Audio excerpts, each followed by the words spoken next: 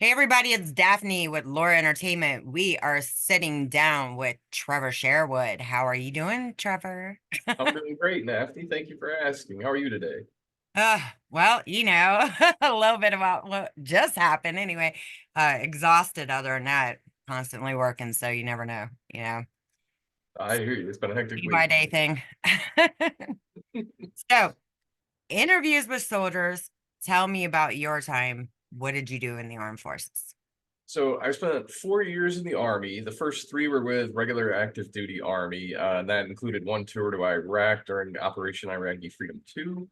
And then a year and a half later, I volunteered to go back in with the National Guard unit for the sake of deploying to help them out. And I went back to Iraq for OIF 8, I believe it was. And Wow. that was in a place called, we just called it Q West. I couldn't pronounce it. It was like El Chiara West. Oh my God. So what was that like for you?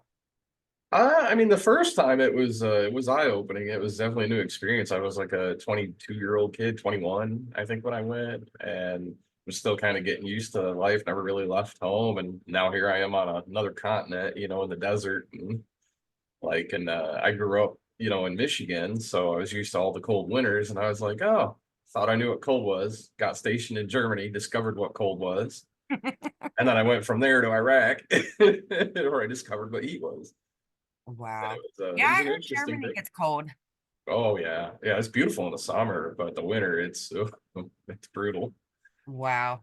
Yeah, my son, he was I think he was in Germany. That or they drove to Germany or something like that. And it was winter because it was New Year's and they had shot off fireworks and he sent me the video for the New Year's, which was cool. I was like, man, that place is pretty over there. Oh, Germany is a beautiful country. Like, I mean, you can go from modern architecture to like medieval in the blink of an eye, and then back to modern again, like it's seamless. It's just kind of crazy how they built the place. Like, some of the old historic buildings are still there, and they just built modern stuff around them, but they left the historic stuff. And it's really neat. See, well, I love historical buildings and old. I see stuff in buildings that, I mean, there are probably only a few people out there that see, you know what I mean? And the architecture in some of the places, even in the cities over here, but like the Colosseum, that place is gorgeous. Rome, Europe, Italy. I haven't been there yet, but I hope to go there eventually. I'm If in that same boat. I really want to go over to see Rome. Yeah, and when he had sent me pictures from Poland and Germany, and I can't remember where else he went because my son's in the army also. Um, I was like, damn, a little jealous. I'm not gonna lie, but I know he was there doing a job, so it wasn't like it was a vacation, even though, when they get their time off, their couple of days, they get to leave base. So they get to go and hang out and party and stuff in the cities, which is fun. He ended up getting robbed. But that was kind of on him, you know. It was a wallet thing. But I mean, so you did two tours. Yes, ma'am. Wow. My God, man, I'm telling you, I love my soldiers. I love all my soldiers. And a lot of people don't realize that, if it wasn't for our soldiers, we would not be able to do anything that we do now. They don't get it. So I feel like they don't show you guys enough appreciation. There's a lot of people, the government especially, you're fighting for them. So they need to show you guys a little bit more appreciation. That's the way I feel about it. And I'll call them out. I don't care. What are they going to do? You know what I mean? Yeah, yeah, I, Steal I hear you. more. My experiences with the Army weren't the best. It just turns out the units I got, I kind of got unfortunate with the units that I got, and they weren't the best. And I don't know, and it's not even all the prices you pay when you're in; it's the stuff when you're out too. Like people don't realize that tab is still coming in. Like I mean, I'm having health issues now. It's preventing me from doing certain things. Like I mean, I was telling you, I was a professional wrestler right up until the month before I left for the army. I just won my championship. Wow. And that was something I couldn't do again after I got out of the army because I got blew up by a mortar round and I ended up getting a pinched nerve in the lower left side of my back. And before it didn't seem so bad, but over the years it's gotten worse and worse. And I still get exercise, but every so often it flares up. My left leg goes numb. I've actually been told I needed a knee replacement at the age of 36, 35, and they wouldn't do it until I'm 55. So I'm still rolling on a bad knee. I actually had to go to my congressman to get a civilian doctor to do surgery, and even that didn't fix it completely. That just kind of made it where I could walk. And Wow. now I'm kind of overweight again. Like I got all the way down to 168 pounds right up until my knee gave up the ghost. And then all the weight just came back on. Like I was still eating clean. And like I went from 210 all the way down to 168, lost 40 pounds. That's skinny And for a guy. I it's lightweight. I mean, I was healthy shape. If I had been like a professional MMA fighter, that's pretty much where I would have had to have been. But it's long term, it's very hard to keep it. But Why 55? Why won't they do the surgery before 55? so the way they explained it to me was they can only do that surgery twice, something about how the ligaments are connected, and they only last between 10 to 20 years. And when I hear the VA tell me that, I think, okay, VA 10 years because they're going to use the cheapest of whatever they can get. And so they're like, oh, you could still be alive when you're 85. And I'm like, yeah, but when I'm 85, I'm going to be happy watching paint dry on a wall in an old folks home. I'm like, none of the males in my family make it much past 70. I'm like, I'd rather live now while I've still got a little bit of energy to me. And so I still try to do things. I do some light stunt work in films. I do a lot of fight coordinating, things like that. I am a martial artist, so I still train, but I'm routinely training in lighter and lighter arts. I don't do anything with contact or sparring anymore. That all ended about 6, 7 years ago. And when the knee gave up the ghost, so I've been very careful, but I was fortunate enough I earned 2 black belts, and I love doing that now. And I love teaching people and helping them with the fight scenes in the films and such. And that's Yeah. been a thing. It's kind of making up for the pro wrestling that I can't do anymore. And in fact, I'm just now actually getting a documentary here. I've already done one shoot of it. We've got to go back for the second final shoot on my pro wrestling career and me as a person. Yeah. Trying, I don't know if it's going to happen or not. Trying to come out of retirement for one match only, very careful. Yeah. Like I still have to, I've done a few light testing and I'm okay at taking a couple of falls and stuff. So it'll be a pretty Yes. low risk match, but if it does happen. Who did you wrestle with? Superior Wrestling Alliance was the last group I worked for up in Michigan. I did sneak in one match in Germany before I got all the injuries. I was dealing with a knee injury, but it didn't bother me too much during the match. But that was XCW in Germany, I think. Most of the groups I wrestled with aren't around anymore. Like I never made it to WWE or anything like that. I had friends that have worked for them, but I Yeah. never got quite that far. I was too young.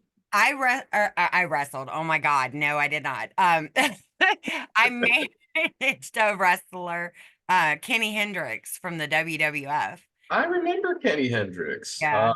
I remember he was there, it seemed like a year or two. He was kind of brief, but where they gave him a little bit of a push. But I remember Kenny Hendricks. He's still wrestling. Wow, he's still working the indies, huh? He did a retirement. It's funny that you said that there was a retirement match that they had done over the weekend, and he made this video and put it out there that he's working out. I'm like, man, this man, he just loves wrestling. you I know, miss the industry. I well, mean, it was my life. It was what I wanted to do for a living, and then just the injuries, it wouldn't have been safe for me to come back and work. Like even this one match, if I do it, it's going to be very low risk. Practicing. I just reached out to a couple of different people, including WWE's Gangrel, to see if they would work with me to help knock the rust off and make sure it's safe for me to climb back in there because I'd rather find out working in a gym than in a show. I have a place that's willing to let me do it down here, and it's one of the WWE's training grounds. In fact, mm, I think they just got bought out by WWE, and their champion is actually a friend of mine that's done stunts and films with me. So I would be doing a tag team match with him just in case something does go wrong. Like if my left leg goes numb and I can't perform, I can at least tag out and still, put together a halfway decent match. And maybe it's just a chance you for me to go connected out on my own terms. with What's that? Kenny. I said maybe we can get you connected with Kenny. He also owns a gym. Um, so he does a That would lot be of fantastic. stuff. I'd And really appreciate that. yeah, we'll talk about that afterwards. But yeah, maybe I can get you, hooked up with him because he's still doing it. And like I said, they did the retirement match for like the older wrestlers, which was cool. Which really wish that like he lived a little closer and he does. That way there I could have went to, some of the things that he does, but you know how this industry is, everybody's scattered all over the place. Oh yeah. I really think it's funny when people ask me, "Are you do you live in LA? Are you from LA? Um, are you calling me from L?" No, I am not. I'm not going to live in LA. I don't want to live in LA. You couldn't pay me. I grew up in Las Vegas. I loved Vegas, but once you're back here and your roots and stuff are here, then it's a whole, you don't want to move. And especially after what I've been hearing, LA's beautiful, don't get me wrong, but the prices out there are ridiculous. Like, what are you charging for? Why are you charging so much? You're just another fucking state, you know? That's the, I have friends that moved out to LA and like they're paying a fortune. Like thankfully they ended yeah, up getting professional jobs working with guys like Jackie Chan and stuff doing stunt work.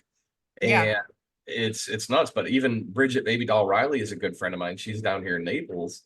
And even she was like, I love LA, but I hate LA. And I've seen parts of it are beautiful, but other Mhm. parts of it, there's severe homeless problems. There is Yeah, just it's and in a city that has so much money going through it, it's crazy to think that because there are billions of dollars in the film industry down there.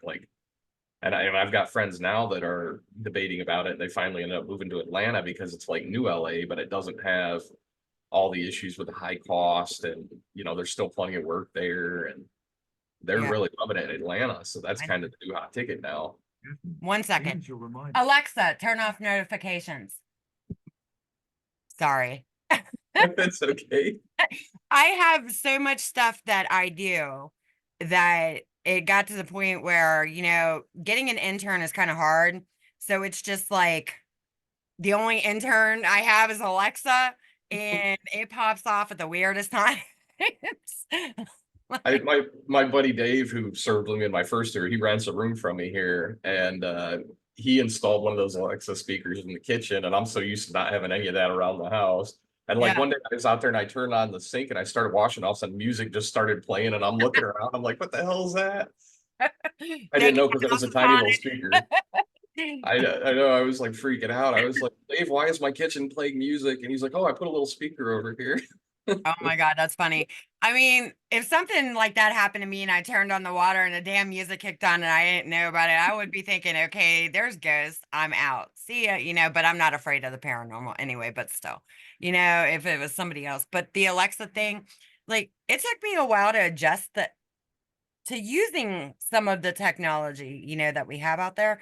But anymore, if it's something that I know will slip my mind, I have to tell that thing to remind me because I forget shit all the time. I'm not even lying. I have to tell like clients, I'm like, if you don't hear from me, I got sidetracked somewhere else. So you're going to have to text me or I'm not going to remember. Even if I write it down, I'm not going to remember. I don't look at the schedule every single day because once you stick to a schedule, then something ends up happening. You know what I mean? It's frustrating. I'm terrible about it. Like because I have PTSD, I have like you probably see the rings under my eyes. Those don't go away. Like I have severe sleeping issues.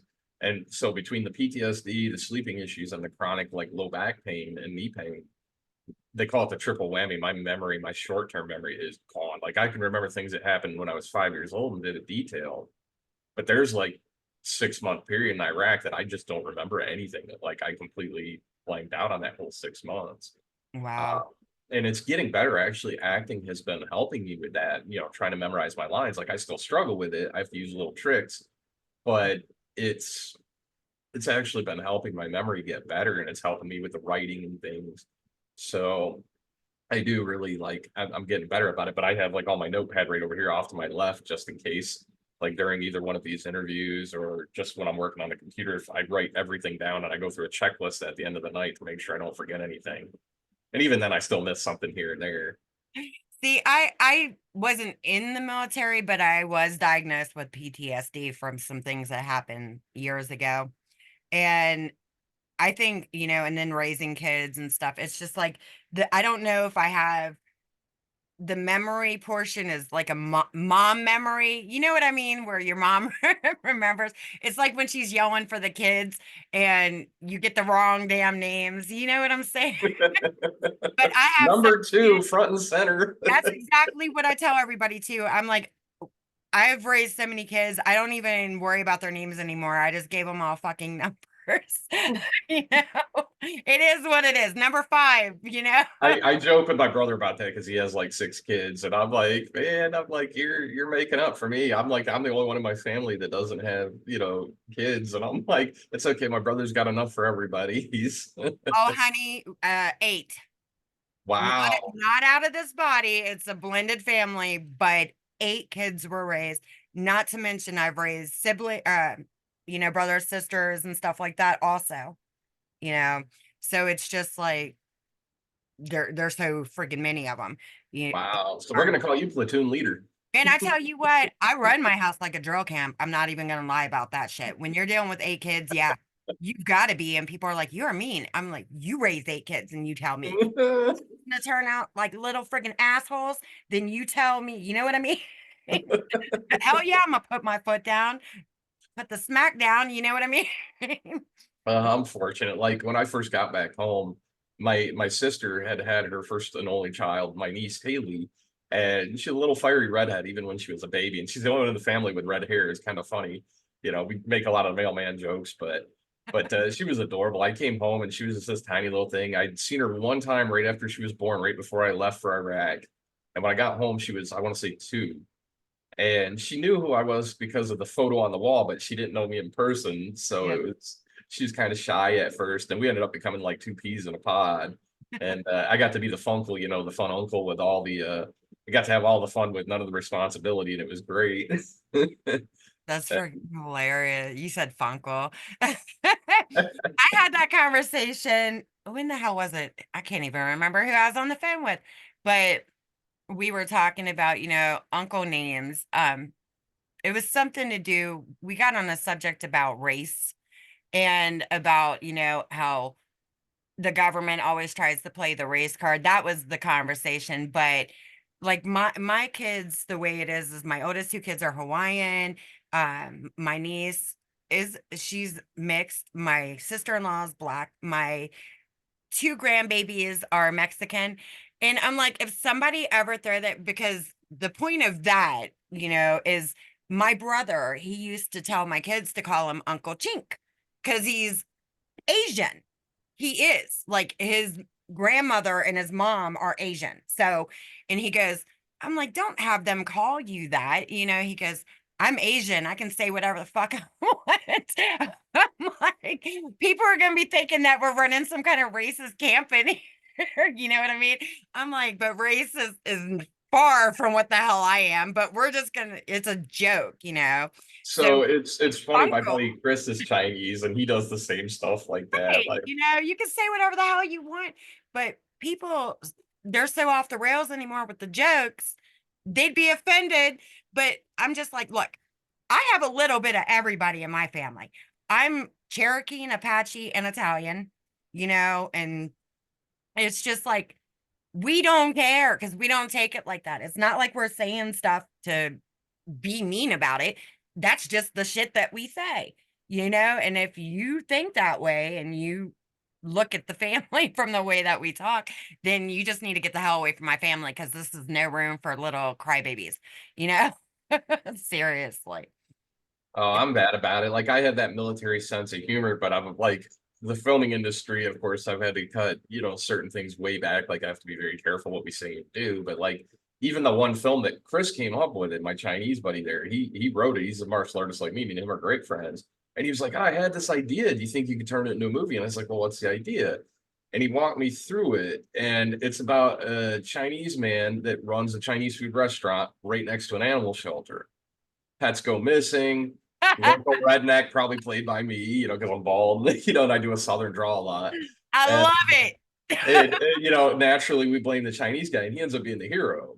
And we had to write this in like what we do is we direct short comedy films. We're starting this summer, but we Yeah. already have like the first season scripts. We try to release at least 6 films a year, and we've just started up. Like I just filed for the LLC. I partnered up with my friend Victoria Rhodey, who I've worked with on a film set that I nearly died on, and my buddy Chris Chu, the Chinese guy, he worked with me on that set too as one of my stunt guys, Yeah. and he saw it. And so I wrote this into a whole story, and it has a comedic ending, like it's got a hilarious ending. But the only reason we can get away with it is because Chris He's came up with Chinese.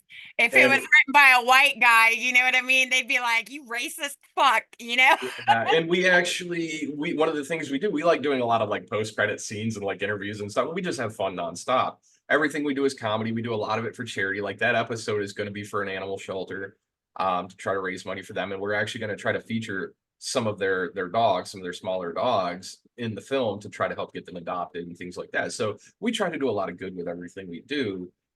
But like that whole ending, like I don't want to give it away because we haven't filmed it yet, but Yeah.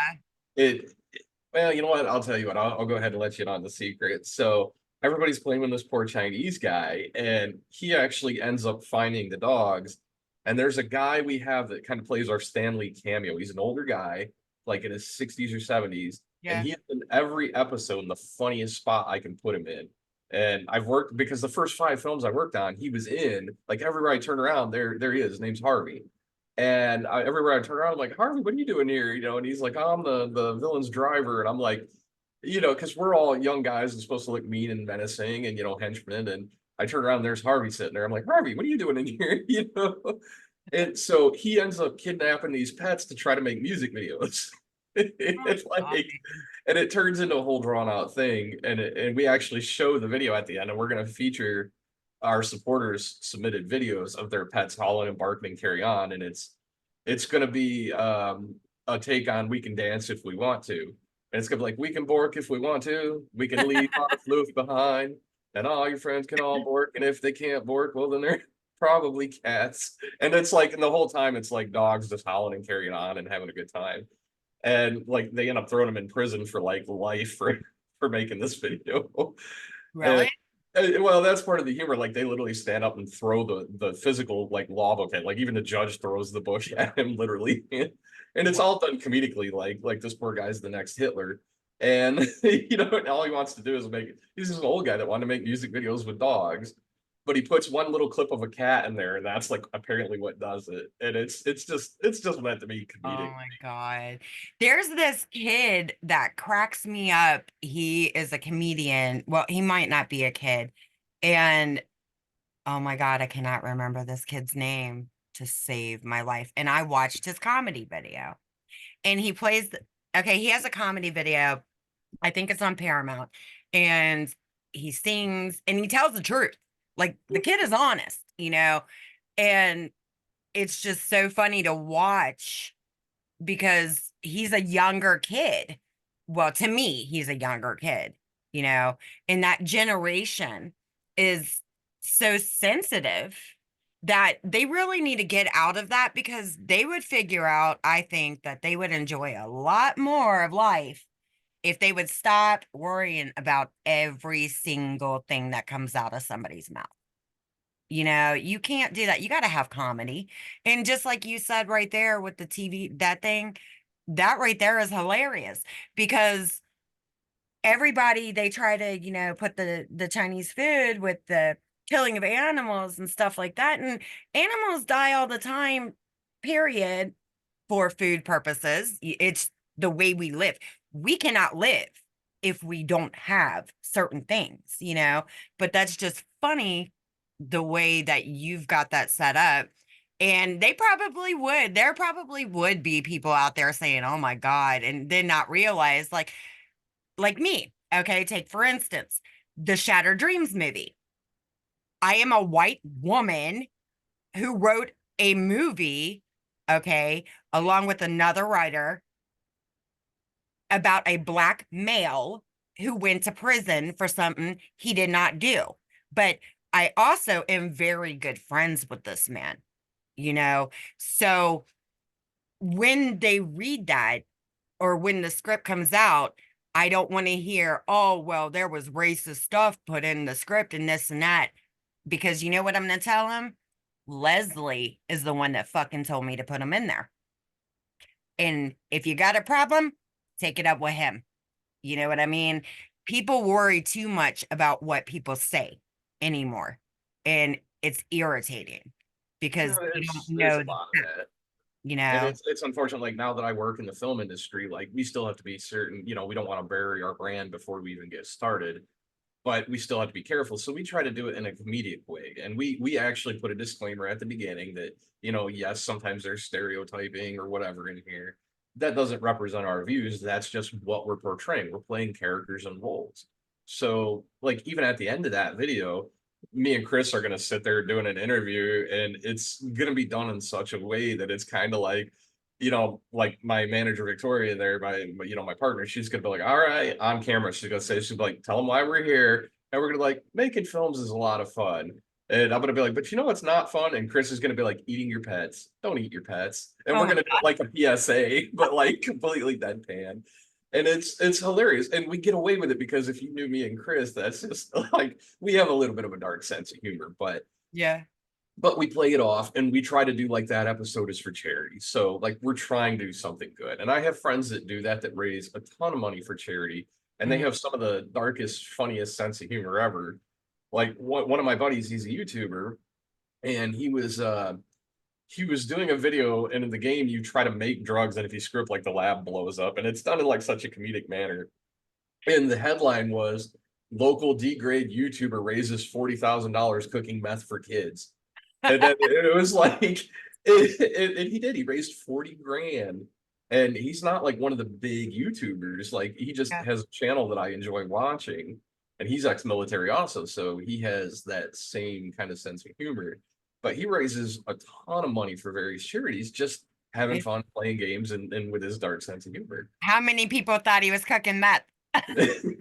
like I'm sure a few people clicked on that just to see, but like and it was just the way he wrote it and stuff, and it was hilarious, and it was just him and a few combat veterans, a police officer friend of his, and like it's so funny there were so many government employees there, but he ended up raising like $40,000 for Toys for Tots or something like that, and Oh I yeah. was like just because people were entertained and they and he never asked for a dime, he just puts it up, and if you donate, you donate and Yeah. he's very big on not shilling and asking for money, but like people donate because he's entertaining and he's hilarious and he puts out content. And even though he doesn't have maybe a million followers, I don't even think he's got that many, but he's certainly not big in terms of YouTube, but he does a lot of good with what he has. And that actually gave me these ideas for these short films.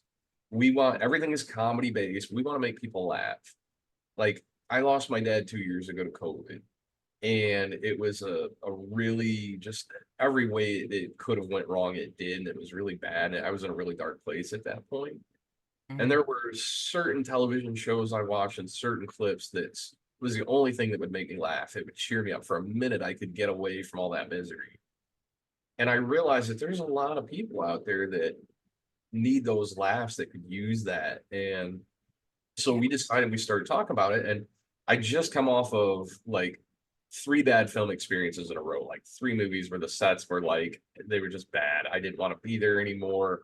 And it wasn't like rough conditions. It was just con men or badly laid out people or people that were lying about things. And it was just stuff like I got two teeth Mama. knocked on one film. I'm like, because people didn't listen. And finally I was like, okay, I'm done with this. I got equipment that's damaged that was never paid for. We're in the middle of lawsuits with one of these people, like a big class action lawsuit. That was a set I nearly died on. Like I spent 3 days Were with they like, short films? no, no, no. These are professional film sets. Like we actually Oh, had 4K, 6K cameras, but these are people that one guy was a con artist and he actually managed to raise like 50 grand to make this movie. And I suspect he pocketed all the money because when I showed up there was maybe 10 grand in the set and things. And he had some name talent that he brought in and like, not A-listers, but name talent and stuff that some people might recognize. this was in Michigan. No, this was here in Florida. This was in Fort Myers Beach, and I spent 3 days on the beach with nearly no food, no water, no bathrooms, no shelter. And literally, I had severe sunburn. I still have splotches on top of my head and this was like 2 years ago now. I lost 10 pounds on that set and just was ran ragged like from day in and night out trying to make things happen and to make it work. People like that are not professional. I'm gonna No, we're tell in the you middle of that. suing them. I'm gonna tell you that right now from experience. They're not professional. They can say they're professional, but they're not professional. And it's people like that that piss me off because I'm gonna tell you a story. I had a prison picked out for this movie that I'm doing. And right before the strike, they went ahead and let the other crew go in and finish because they were allowed to. I don't know if another team had went in after this crew, but one of them two film people cost me the prison because I don't know what they did there at that prison, but they fucked it up for everybody. You know what I mean? And it's bullshit. People need to stop. If they don't know what they're doing, get out of the business because we all talk and everybody knows, like I say this all the time. Everybody thinks the film industry is a huge business, but it's really not. And it's people like that that there's actually code words on real sets for problematic people. Oh yeah. People don't know that because, of course, it's a code word. You know what I mean? So people like that don't deserve to be in this industry. No, and he'd actually worked for a big legit film company, but I think he had a very small part in it. Like he was probably behind the scenes doing something They stupid. needed to And supervise his ass and then. he used that. It wasn't for that company though. This was afterwards. So you could only look into so much on that. We looked him up and it seemed legit. And the guy when we got there was just very clear. Like I'm willing to help directors or people that, you know, don't have all the knowledge but are willing to accept the help. And at first that's what I thought he was. I thought he stepped in a little over his head. But we had people that have worked on major A-list films that were there working under him. And anytime any of us would try to help him out, it was always like he would go into a tantrum and it was his thing. And finally, by the end of the first day, like I tend to see the best of people. And my half my stunt team he pissed off, and I had to keep a couple of them from beating the hell out of this guy. And by the end of that first day, like I sent my stunt team home because we didn't shoot what we were supposed to shoot. Nothing was happening. And it was a whole thing. And there's literally 40 people involved in that class action lawsuit now. And unfortunately, the person that I had hired as an attorney for that deal dropped the ball. And so nothing really has come of it yet. So I either have to get a different attorney or, spew out a ton of money for like a professional attorney. I'd worked with this lady before in another film and she was really interested in it. She expressed great interest. I did a lot of the groundwork for her, but it was like a whole thing. But I mean, he had people that had panic attacks. He had people. I'm amazed we didn't have any heat strokes or heat casualties. We got really close.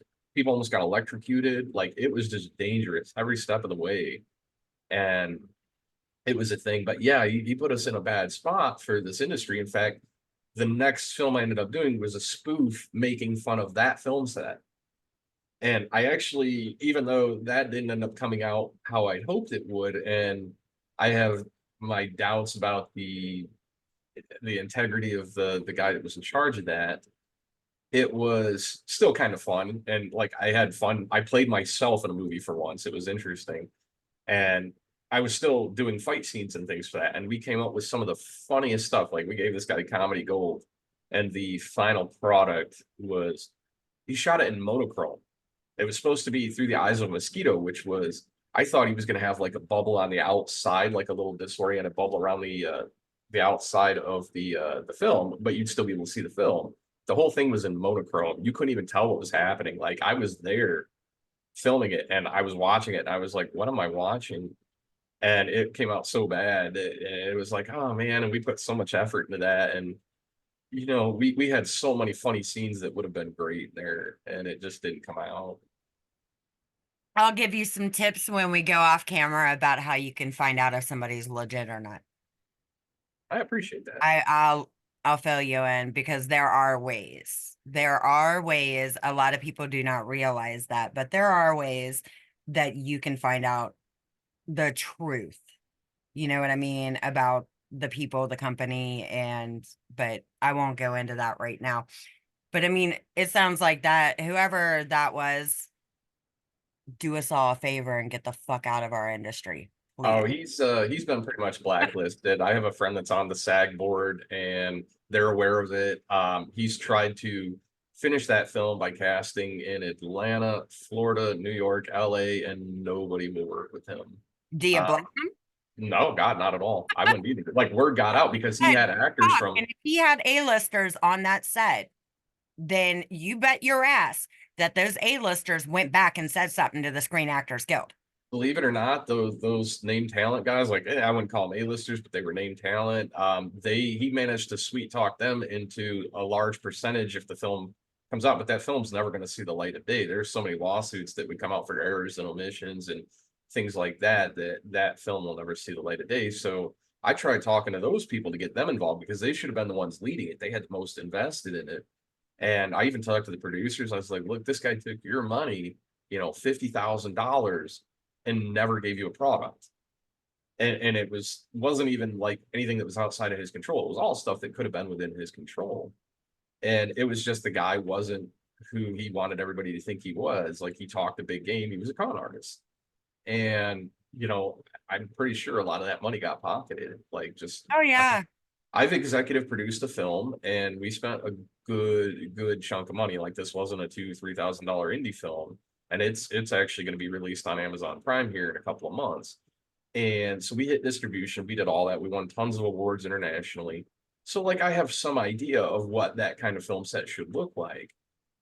And where we filmed and everything, like the guy kicked us out of the house we were supposed to, excuse me, we were supposed to stay in because he'd lied to the homeowner out there. So like we didn't have a place to stay. Like literally from the moment I got there at like 3 o'clock in the afternoon, I wasn't even supposed to do anything until the next day. I just was supposed to get there, get my gear unpacked, like meet up with a couple of my stunt team coordinators that were helping me out. And we were just gonna kind of watch some of the film set, see how things were going, kind of get a feel for some of the actors and what we needed to do for these fight scenes the next day. Had all the scenes written up, signed off on everything. That night we got kicked out of the house and I'd been working from 3:30 to 9 just helping on the set, just trying to be nice and friendly and helpful. I learned my lesson on a set like that. I had got a role for a movie. Well, movie. Um, it's not on my IMDb, which is a good thing, but my name still is on their poster, which I'd like to know why, but I don't care because it was one big ordeal. The woman had and I won't say her name, but she was putting together this movie. It went up. I shot one scene or two scenes with the makeup artist, and we'd stayed. I split a room with the makeup artist. This is when I was first getting into the industry. And this movie was supposed to get a Netflix. Well, the woman, it was a freaking lie. So we couldn't film all of it because it was winter and we were filming outside and the cameras kept dying. So after that, then we go back. It was a couple months later, I went back up to start filming more. And the woman, okay, had the audacity to tell me that we're going to have trailers and we're going to handle your accommodations. Never happened. I had to pay for my own room. Okay. We're supposed to have wardrobe and this and that. And oh, if you smoke, don't smoke on the way to set or even on your breaks, you're not allowed to smoke. And I'm just like, who are you, man? First off, this isn't SAG, the Screen Actors Guild. You guys put this together. First off, I'm up here. I drove all the way to Michigan, got my own room. Then I go to set to film, and they're like, well, where's your wardrobe? What the hell do you mean, where's my wardrobe? You all were supposed to, bring that.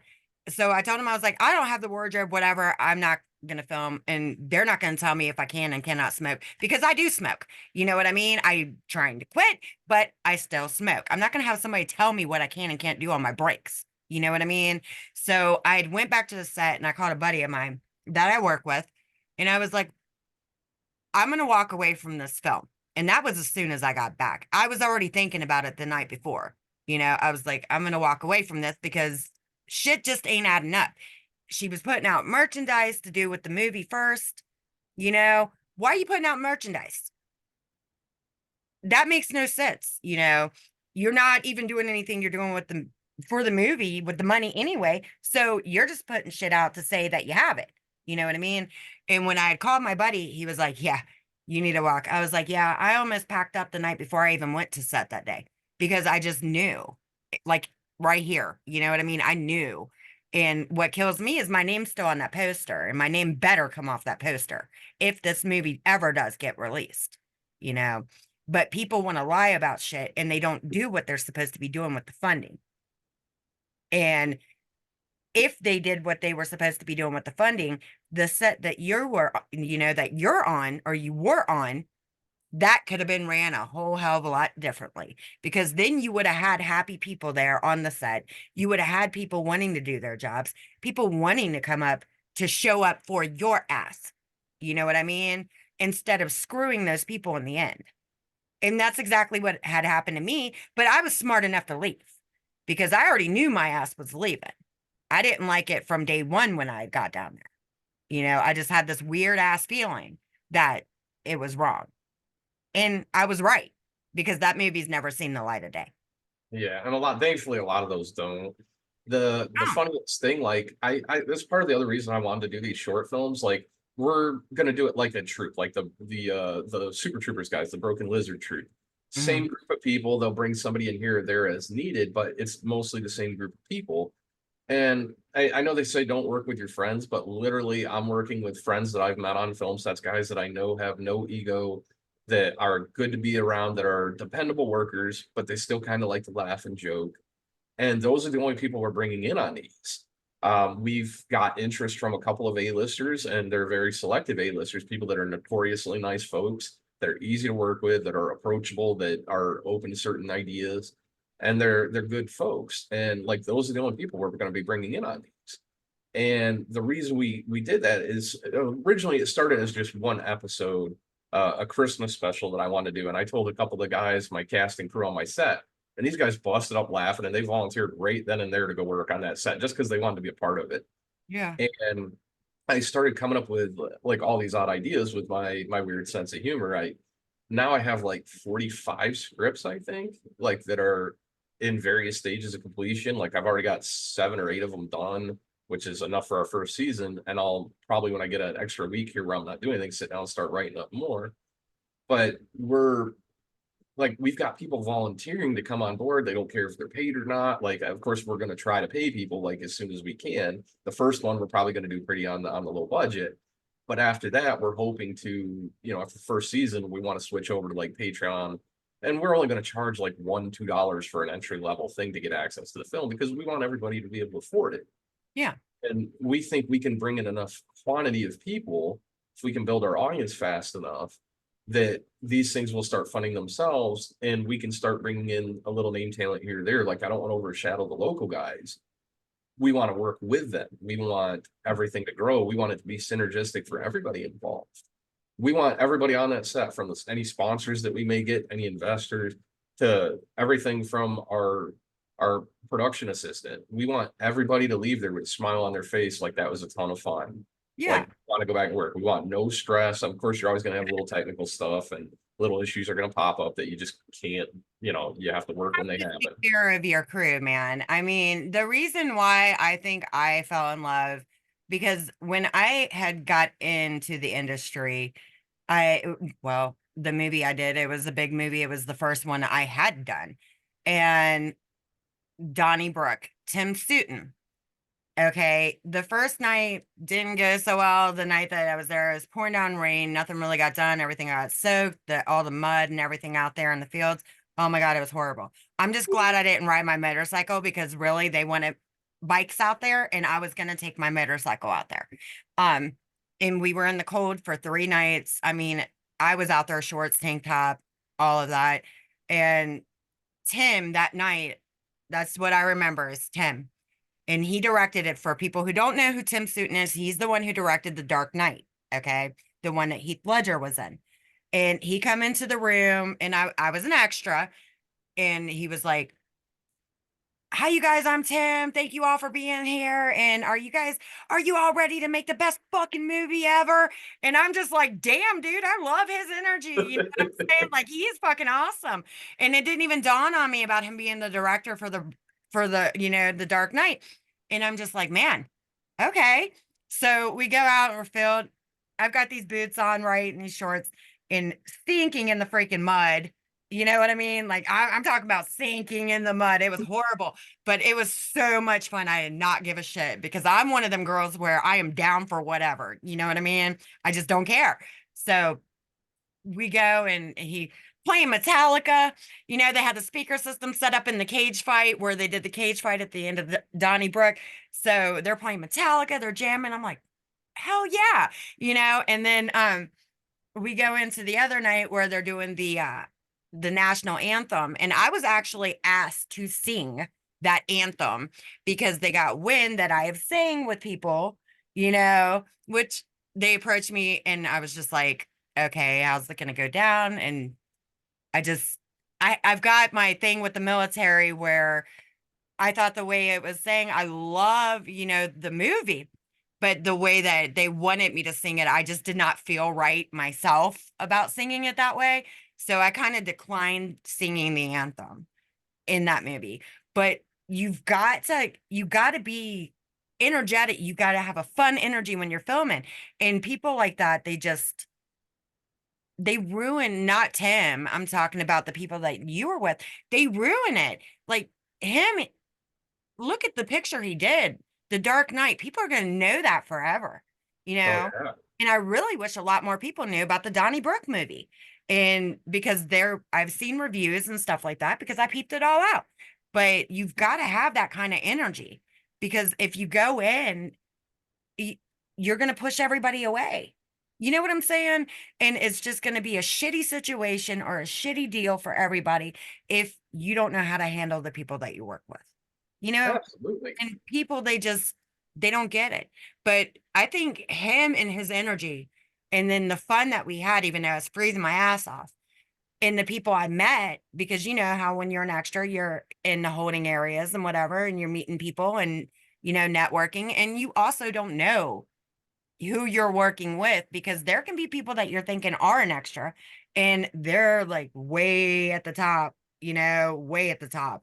And they talk, but it was that whole energy, I think, that kind of drew me in to wanting to just because I ran a business while I was doing, while I was getting into the industry.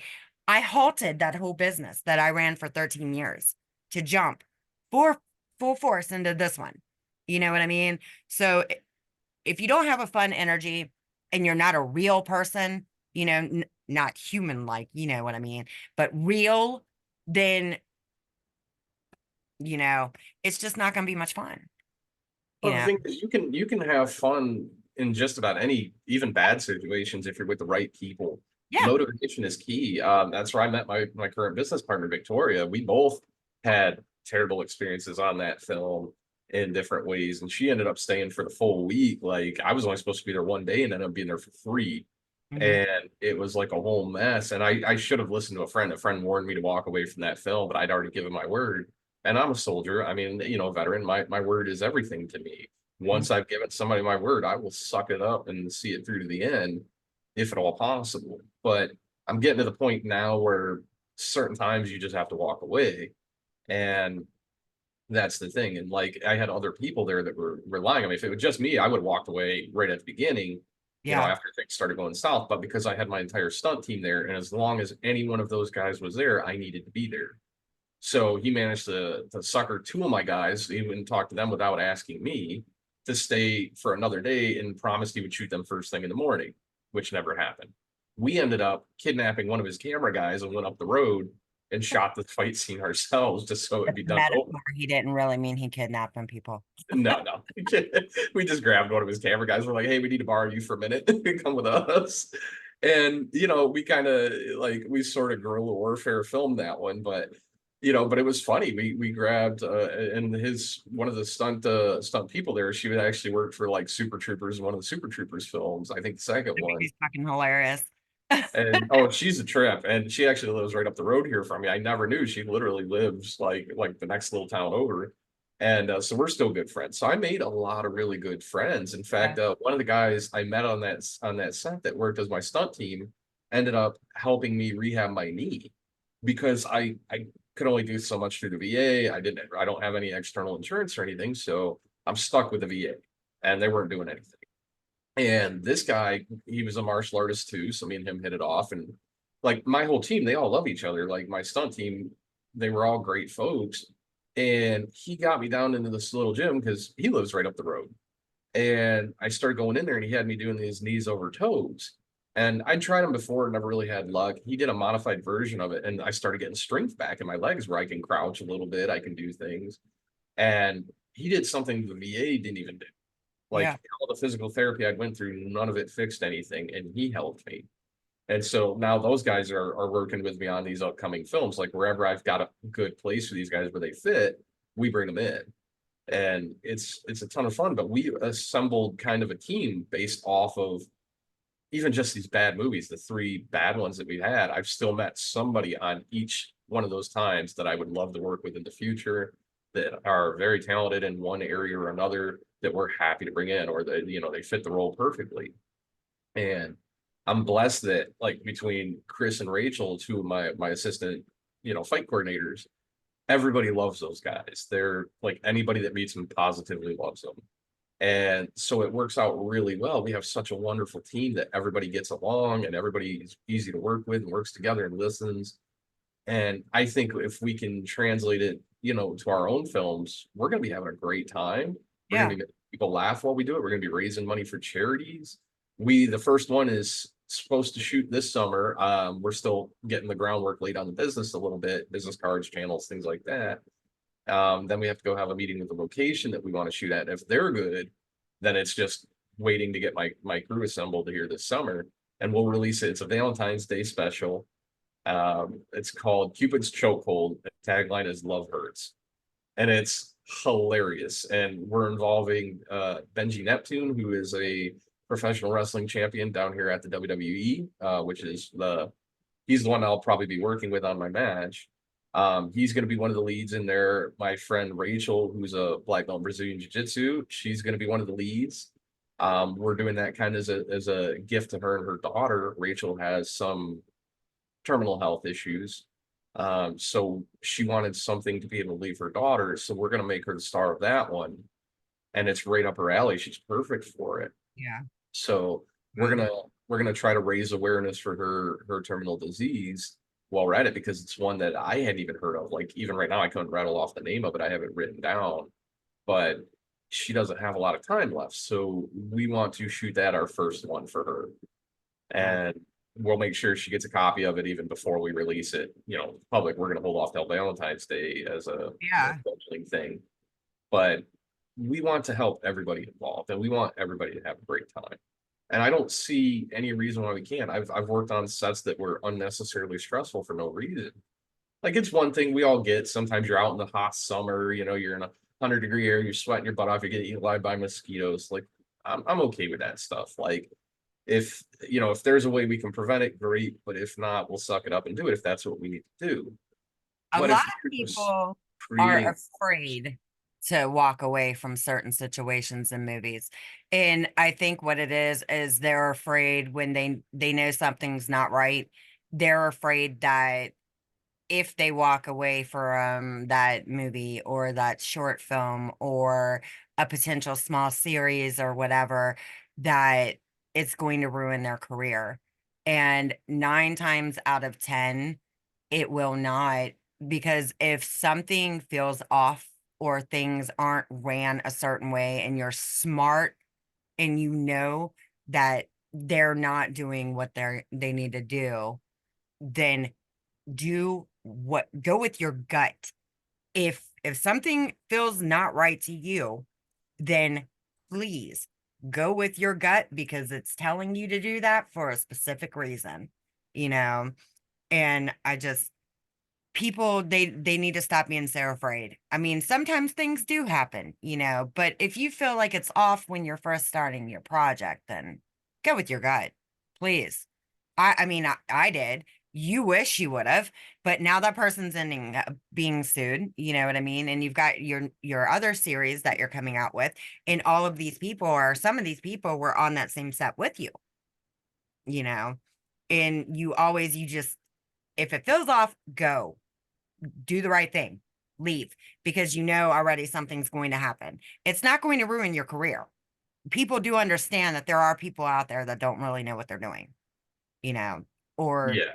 not being supervised while they're doing it, which that if it was a bigger portion of the movie, they really should have brought in somebody like me, because I would have been on their ass like, hey, but I love my crew.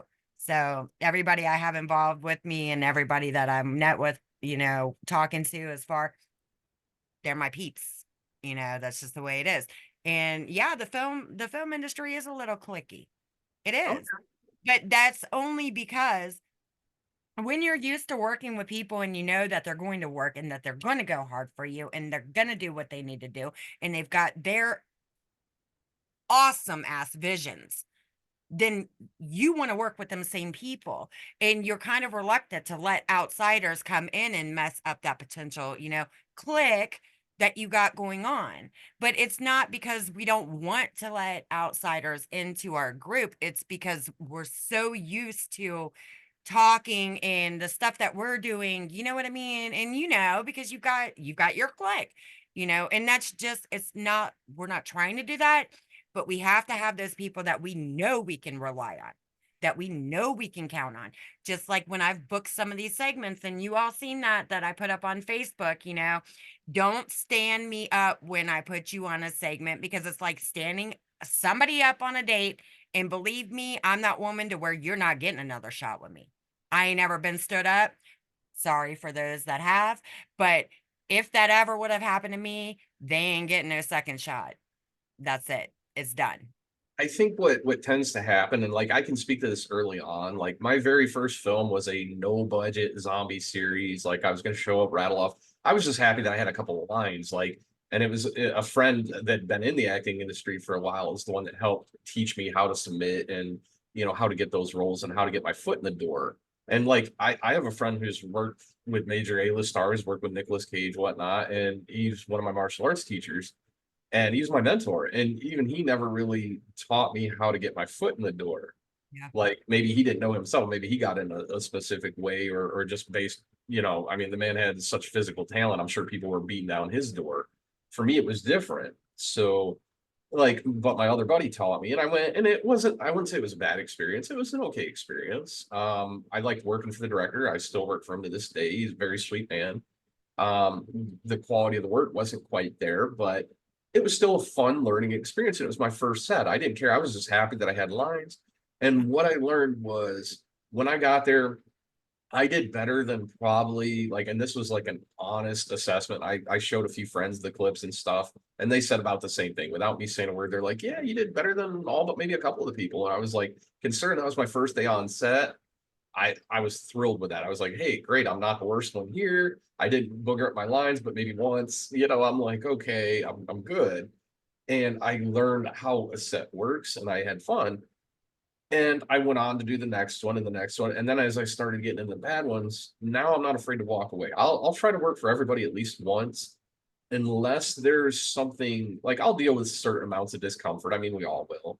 I've done sets where I'm like getting bit by spiders or rolling through red ant hills or That's whatever. on every side. You never know. Yeah. I mean, there's You're gonna all get stuff on certain, everybody, but I yeah, mean, not all sets are perfect. You're always gonna have the ups, the downs, blah, blah, blah. But I mean, you can tell in your heart somebody, especially the low budget stuff, if it's not right.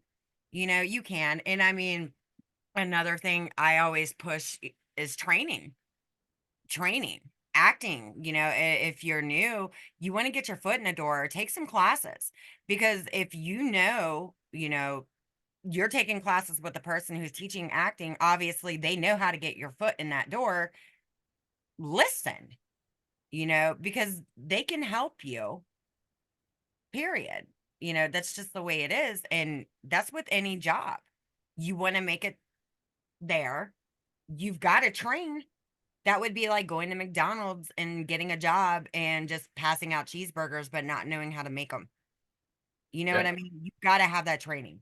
You Well, and that have, training is important because it shows you're willing to invest in your career. It shows that you're serious about doing this. Like I've got a lot of friends that have never had an acting class, and they're good actors. They're very talented, But when you go for these bigger projects, people are going to look like, hey, who's he trained under? Has he had training? Even me, like I've had stunt training and stuff, but my acting career, I'm still working on getting financially caught up from my dad passing so that I can go out and get some acting classes. But that is one of the things on my list right now that I There want to. are I mean, the people that think that, just because they come in and they got the following or whatever, that they're going to make it on these sets. I'm sorry. There are producers that still take classes. Like Matt Damon, he trains. He has an acting coach. He's been in some of the best movies I've ever seen, like The Martian. You know what I mean? I love that movie. It's awesome. Oh, yeah. And everybody thinks, he's also producing. And I don't know, I'm not sure if he's directing or not. I don't know. But still training. One of words, still training. Just because you've made it to the top does not mean that there is still not room for you to learn, because trust me, there's always in this industry something to learn. And training is key and that is important. And you can't, I mean, some people do get the onset training. They do, but you still have to know how to use it. So you really need to at least take some acting classes or read some damn books. You know what I mean? That's, That's you got to learn. I mean, everything is a learning curve, everything. And it doesn't matter what industry. I mean, just look at the military. You guys wouldn't know how to fire them weapons if they didn't take you out, to train you, yeah. you know? I never fired a weapon a day in my life till I joined the army. I mean, that's just the way it is. And there are some good things coming out. Like, there's a friend, well, actually, he's coming on to this picture also, and he started this organization, and I'm pretty sure I think he lives in Atlanta. Yeah, he does live in Atlanta. Um, and it's called Onset Soldiers. And what that does is it takes soldiers, veterans, you know what I mean? And what they do is they bring them in and they assess them. Like, say a bunch of soldiers come in, they just want to do acting. Okay. What they do is they're going to go and they're going to assess that person, would this person fit lighting? Or would this person, be good in stunts? What are their strengths? And then they get you onto the bigger sets once they have you assessed. So you can be, who knows, acting with huge stars, or you can be at least in the on the picture, doing other things, because there are so many departments in the movie industry. And it is awesome. It's an awesome thing for soldiers. It really is, because a lot of soldiers don't know what to do. And a lot of soldiers do make good actors. They make great actors because they are disciplined.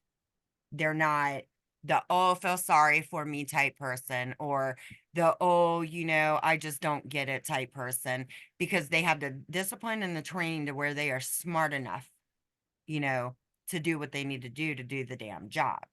Oh Where yeah, we're driven to complete the mission. exactly. That's what sees me through every one of these films, even the one I nearly got died on. It's like, okay, this isn't the first time I've nearly died. I've been hit by mortar rounds, I've been shot at. I mean, once you survive stuff like that, the worst day you could have in film work is usually a piece of cake. Probably one of the It's best it's a days. slow Tuesday for us, I like know. shy of somebody dying on set, you're good. There's nothing that's happening that's Yeah, I mean, like that my serious. son, he made it to because he's stationed in Fort Hood right now, but he made it to specialist, or he is a specialist. And it's funny because I mess with him all the time, because I remember when, he first enlisted, they have this thing in the army, it's called, for people who aren't soldiers, they smoke you. So if your ass gets in trouble, you're gonna get smoked. And my son got smoked frequently, okay, back when he first joined the army. And now he's doing it to people himself, because sergeant, you know what I mean? So it's just like, I tell him all the time I'll mess with him, because he was picking, well, I called it picking on him, but I know it's part of the military, and he was doing it while he was on the phone with me. And I told him, I was like, don't do that to that poor kid. You know what I mean? Well, they had to do it to me. I got to do it to them. I'm like, dude, I had to come there and smack your ass right now. Because I gotta do it. I'm like, I felt so bad because I already know shit was about to go down for that poor guy, But I mean, you know what smoking is, getting smoked, Oh yeah. you know? Yeah, that was part of our living. See, I was a proud member of that thing known as the E4 Mafia. Oh God. Like, yep, I crap rolled downhill and we were almost at the bottom. So it was just get it done. I don't care how. I've literally rebuilt trucks from scratch, like stuff that we're not supposed to do at our level of work. And like I built two Humvees from two blown up Humvees that like literally we started with frame rails and I assembled two whole trucks out of those things. It took me like 6 months to do it to get all the parts in, but we did so many things that we weren't really supposed to be doing. I was doing my second tour, I was welding things on the truck, doing vehicular modifications that we weren't supposed to be doing. Just, doing what a soldier does. We solve problems. Yeah. And I'm a mechanic, so like by trade, I've worked in drag racing. I was a professional drag racer. Like we make things work. And even something as simple as like suspension modifications to get a Humvee to live longer because they were bottoming out and tearing up suspensions and stuff as they got heavier throughout the years. Like stuff that was problems the first tour was like the exact opposite of the problems by the time we got in the second tour because we Yeah, had you've armor already finally. been there. So you learned while you were there, so it was easier going back in. Well, and everything changed. Like our trucks were up armored now, so they're 2,000 pounds heavier, and those were already kind of vehicles that were a little overweight. So Yeah. now they're tearing up suspensions instead of motors and transmissions. You're replacing suspensions and differentials and brakes and tires. And like we just learned what can we do to make this stuff live longer, what can we do to make things easier for our infantry guys, that are out there rolling nonstop 24/7. Like these guys don't have all the time in the world to do maintenance on the trucks. So if we can reduce that, it makes life easier on them, which helps them with their missions.